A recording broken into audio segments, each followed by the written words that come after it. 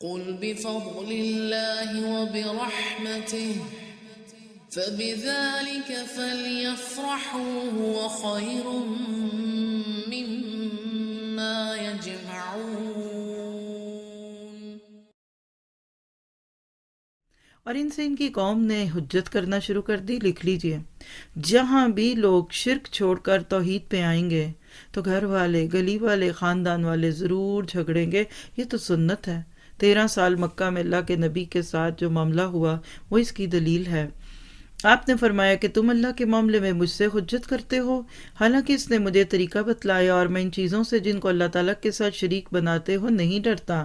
ہاں، اگر میرا پروردگار کوئی امر چاہے، میرا پروردگار ہی ہر چیز کو اپنے علم میں گھیرے ہوئے ہے، کیا تم پھر بھی خیال نہیں کرتے؟ دیکھیے، بحثوں میں نہیں پڑھ رہے، بہت خوبصورت عمل کی باتیں ہیں کہ اگر کوئی شرک کے مرتکب لوگ جھگڑا کرنا چاہیں تو پھر ان کو کیسے خوبصورت طریقے سے ٹالنا ہے۔ میں ان چیزوں سے کیسے ڈروں جن کو تم نے شریک بنایا ہے، حالانکہ تم اس بات سے نہیں ڈرتے کہ تم نے اللہ تعالیٰ کے ساتھ ایسی چیزوں کو شریک ٹھہرایا ہے جن پر اللہ تعالیٰ نے کوئی سند یعنی دلیل نہیں فرمائی۔ سو ان دو جماعتوں میں سے امن کا زیادہ مستحق کون ہے؟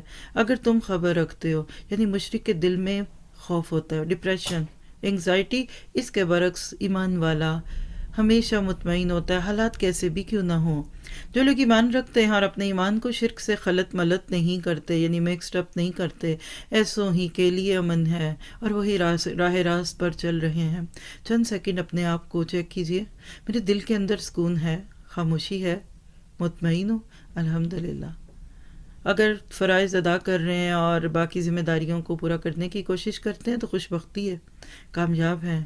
اور مشرک کے دل میں کبھی بھی حقیقی سکون اور خوشی نہیں آتی۔